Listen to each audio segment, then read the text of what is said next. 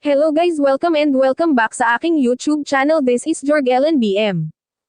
Ang video na ito ay ituturo ko sa inyo kung paano magkaroon ng follower sa TikTok na pure Pinoy lang.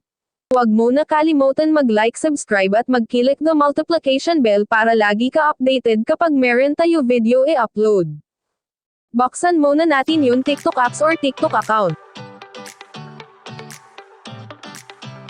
Pagkatapos pindutin muna natin yung Me I So Can See guys, meron tayo 5,340 follower ho. Wag din inyo kalimutan mag-follower para inyo updated pag meron ako video ay upload para magkaroon kayo ng follower sa TikTok. Just keep the watching. Pindutin muna natin yung search guys, pagkatapos mag-search lang kayo na artista.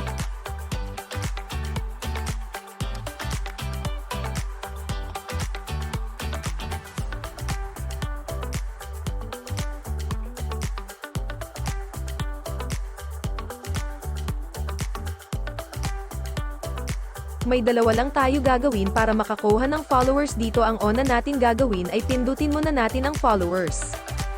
Then pindutin muna natin yung follow para ma-follow back kay Dan. Kapag hindi sila follow 3 to 5 days unfollow mo sila.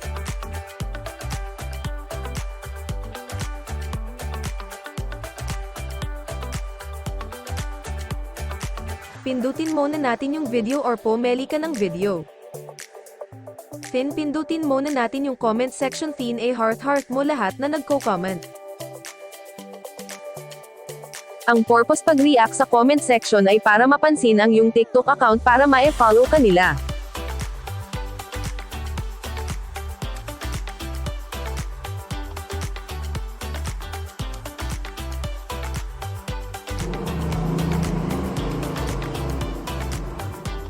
Tignan muna natin yung TikTok account. I so can see guys na dagdagan na yung followers sa TikTok. Huwag inyo kalimutan mag-follow sa akin TikTok account para lagi ka updated kung may video tayo i-upload. Kung may natutunan ka sa video na ito share mo din ito sa kaibigan, kakilala or kapamilya mo para alam din nila ang tricks na ito.